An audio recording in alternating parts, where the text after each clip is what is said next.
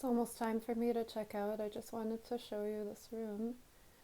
This is where I could see the sunrise this morning. I'll just zoom you around a little bit.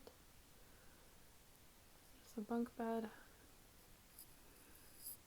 And on the other side there is another small window. This is where I could see the moon set also today morning. It was a very unique experience to be able to see both at the same time.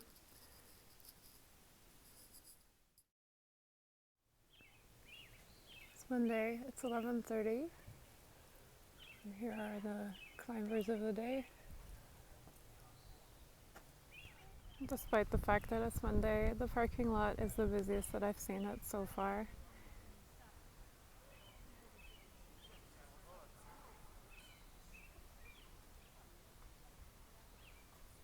It's even busier than it was over the weekend.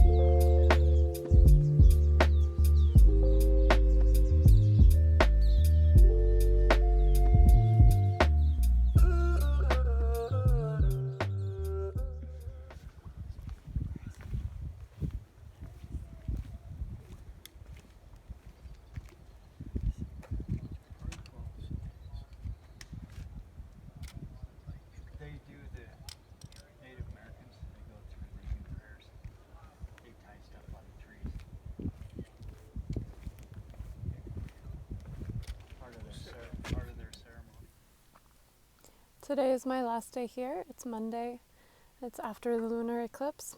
I just went up to Mato Tipila for a couple of hours. I walked around, I sat. I tried to chant Yoga Yoga Yogeshwaraya as much as I could, just to try to enhance receptivity towards the space. And when I was up there, it was just around solar noon.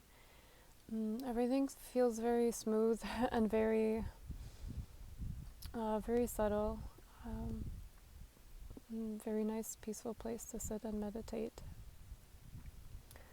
About last night, so it was the lunar eclipse. I was instructed not to meditate actually during the eclipse itself. So I just sat quietly with my eyes open for the duration. And right as I was doing Sukha Kriya, before the eclipse started to happen, I could feel a very subtle pulsation right here. In the pit of the throat.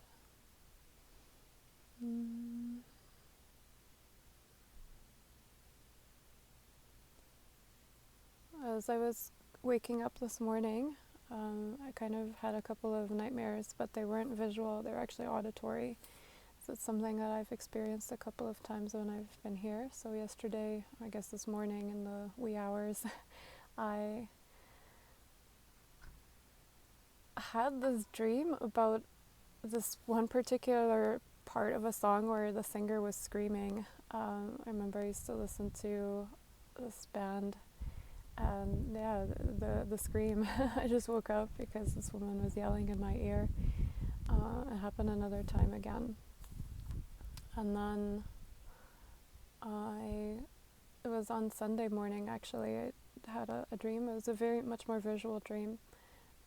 But I could hear a song playing during the dream. So I wonder if that ever even happens to you. Do you ever have songs happening inside your dream? Yeah, so I had a very nice trip overall, a really pleasant stay in the cabin and in the hotels nearby. I'm going to be driving out soon. I've had a banana and some nuts for snacking. And just around 3 or 4 o'clock, I'm hoping to get some dinner. As And just to go back to what was happening during the eclipse on Sunday night, I felt very happy. I felt very happy as I was sitting there in a meditative mood. I don't usually just sit around feeling happy, but I did.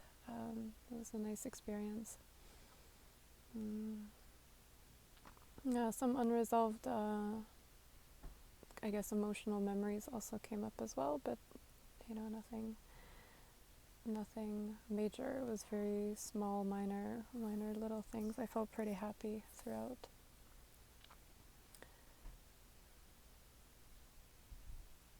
I'll see how far I get.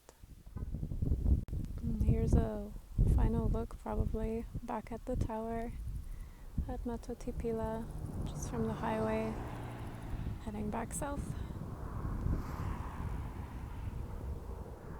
This morning when I woke up, I actually did manage to wake up at the crack of dawn. It's because I was so excited to see Mato Tipila with the moon.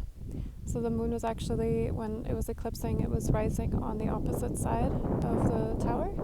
And then by the time it had made its way over into morning, it was setting just right where the tower is. It was a beautiful sight to see that as dawn was breaking.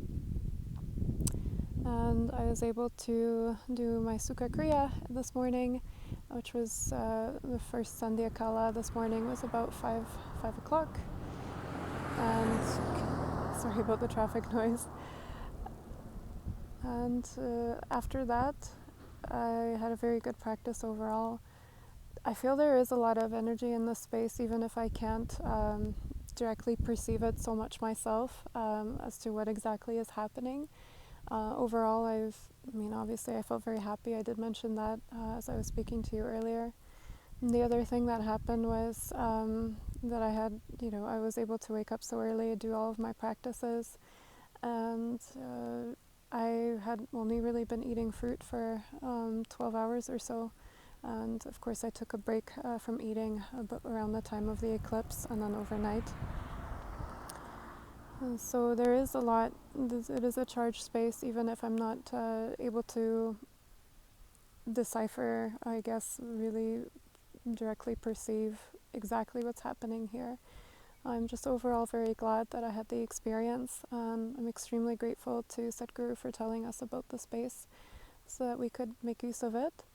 I feel I could have been a little bit better prepared with a lot of different aspects about the trip, of course, but about myself personally, maybe there was some sort of a special sadhana that I could have done, or had I prepared better myself, maybe I would have had a better overall experience of the place. So it's something to continue for me to think about. I know that certain people just are very naturally spiritually receptive. I mentioned I have a friend like this, who is like this, and then another thing is usually, when you live in a consecrated space, or if you're doing your practices very regularly, that really impacts your system. It's not to say that I'm not regular with my practice, but maybe I could be cranking it up a little bit more, or I could have done that before, just to enhance my receptivity towards the space. That is something I'll continue to think about, and something I might want to ask our practice support team.